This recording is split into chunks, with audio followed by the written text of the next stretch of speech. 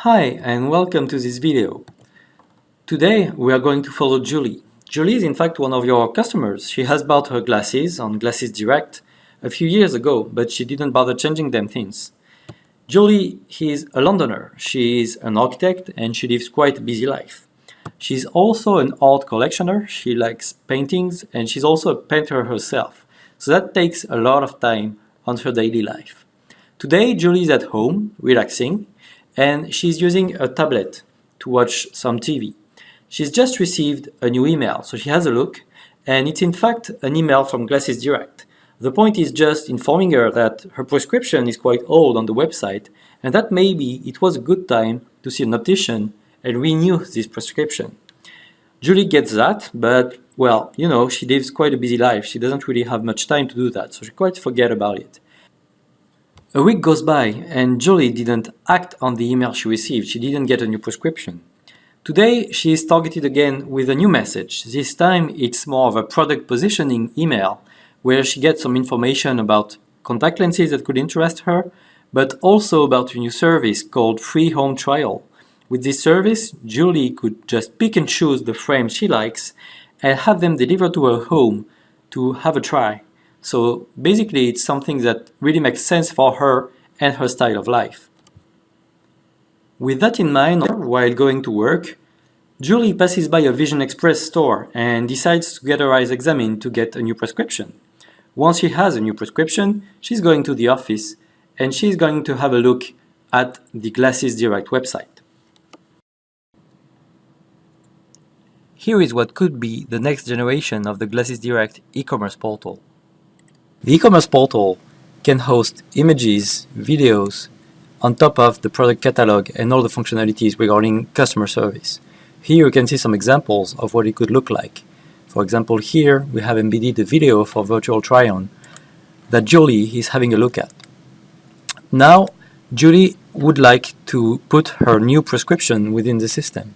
So she's going to her profile and logs into the system.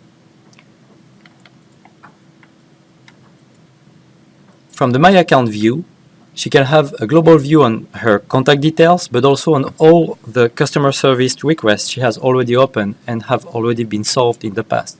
She could create new ones as well from here.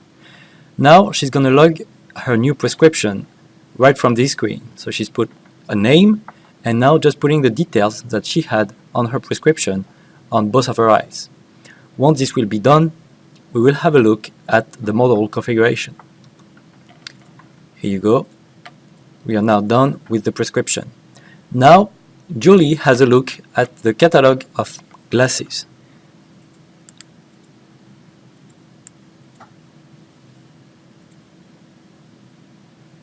From here, she selects one model. She has a look, but she doesn't like it. So she's opening a new one. She prefers this one. She actually can have a look at different views and change the color. Once she's satisfied, she's going to start the configuration. Here on the configuration screen, all her prescription details have been put automatically. The system is asking her to upload a scanned copy of her prescription to go on. Once this is done, she can go on with the configuration by hitting Next.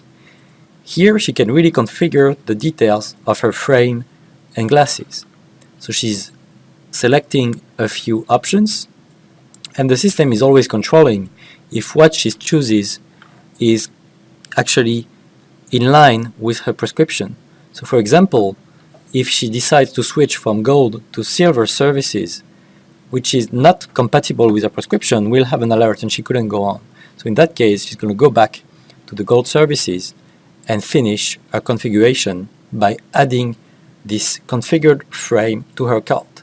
She now has a good idea of how much a pair of glasses would cost her. So that's a good start. But now she would like to try out the home trial service. Before that, she's going to the FAQ to look for information about that because she just got an email, she doesn't have much detail.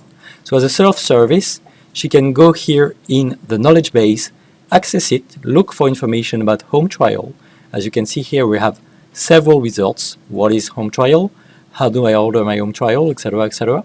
She can have a look at all these articles and decide if she wants to try the service or not. So here, for example, she has a look at the second article. She can read it and she can also rate it so that it's going to be put for other customers on top of the list. Once this is done, she's actually choosing the frames she wants to try out as a home trial service. So here we are selecting one frame, put it in the cart as home trial. As you can see, its price is nil, it's 0 because it's for home trial. And she's going to select the second one and do exactly the same. Here we go.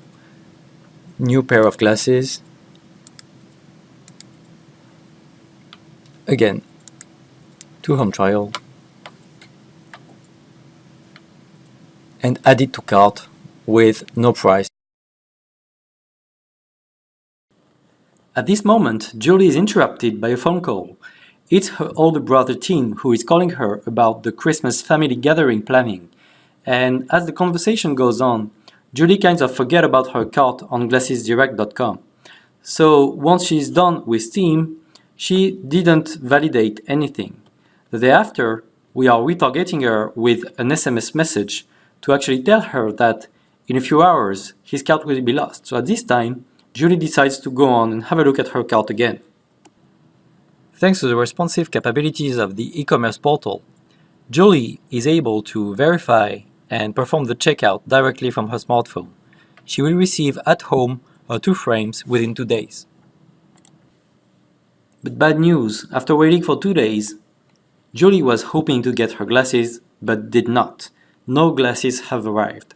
So she's having a look at her email again, and fortunately, she has received proactively an email telling her that there was a problem in the delivery and that it's going to be arriving later.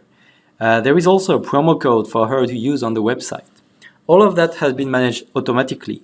On the Glasses Direct site, there is no need of manual actions. Everything has been done automatically based on the order tracking functionalities and workflows.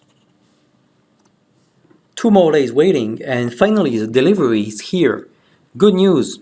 But hey, not so good news, because one of the frames that Julie had chosen on the website has actually arrived broken. So this time, Julie doesn't really know what to do, and she decided to call customer service. In the customer service desk, we have here David. David is managing all the incoming requests through chat, or calls, or emails. And in this case, he will be the one going through with the query from Julie. Here is David's cockpit. This is where he can get access to any data he needs, from contacts to service requests to orders or inventory management. In fact, let's have a look. This is the home page. From the home page, he can access all the main objects. Again, contact, service request, orders. He also can access all his dashboards and all the metrics he needs to be efficient at work. So in that case, we're having a look at the service metrics. Here he knows if he has some requests waiting for him or any critical requests that have been assigned to him. He can also have a look at the status of the orders and see how everything is performing and if it is relevant to act accordingly based on the alert he receives here. Back to the home page, David can manage his own availability to take new queries. So for example, here you see he's available to take incoming phone calls, but you can also state that he is busy to avoid getting live queries when he is working on something else.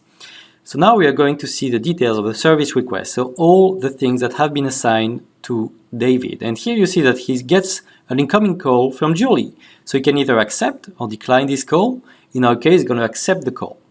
What's happening now is the system has found Julie and just asks the agent, David, to validate if it's her on the phone.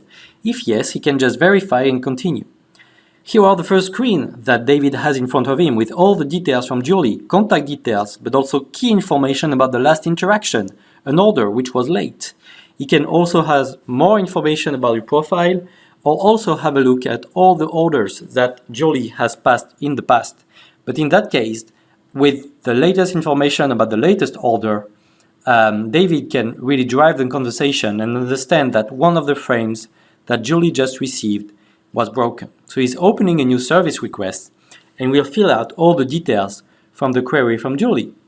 So in that case, we have a frame that was broken, so he's just mentioning that, copying it in the description of the problem that could obviously be done automatically if necessary, and filling out some details. In that case, we know that CSAT is really at risk, so he puts that query as critical. It could have been automatic based on the latest alerts from the order. Now you see that the service request has been assigned to him, and he can follow on and look for a reply for Julie. Quick actions are available from the drop-down menu, and he can also use keyboard shortcuts. On the right, he can access the knowledge base. Here, based on what's been set in the query, he can access to knowledge base article to try to look for the reply to Julie very efficiently. In that case, he finds an article about home trial return policy. He can have a look at it, rate it if necessary, and obviously share it with the service request to have it tracked on the system. Once this is done, David will now decide to put this article in an email message to actually send it to Julie while he's explaining to her on the phone what she has to do to send back her broken frame and get a new one to try at home. So while the message is preloading, you will see that all the content of the article has been put in the message.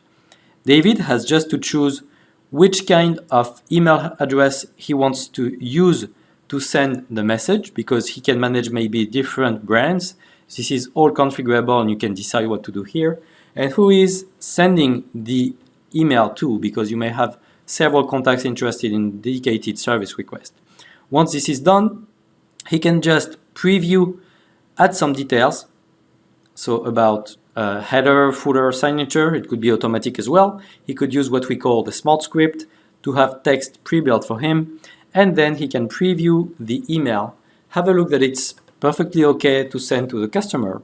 And once this is done, he will be able to send this message to Julie and close the service request. So it's very efficient, very productive, and from one and only one interface, David can access everything he needs: customer information, order information, service request information.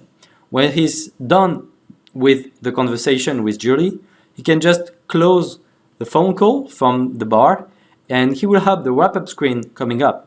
So you can just quickly fill out some details to make sure that the service request is documented properly and that all the necessary information has been documented, so that for reporting purposes, and if Julie comes back with another question, everything will be tracked and all the information will be available to everyone.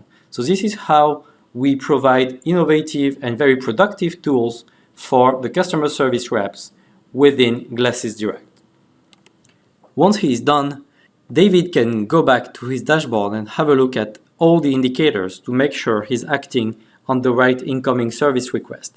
Everything is automated, so if something happens on an order, it will automatically trigger the creation of a request and it will automatically be assigned to the correct agent or the correct queue, so that we make sure that it's taken care of in time. So with that, Julie has received her new designer frames. She's just ordered them and she really enjoyed her customer experience with Glasys Direct. Hopefully, this has shown to you how in the near future we can build together a new path to a new customer experience for your current and future customers. Thank you for watching.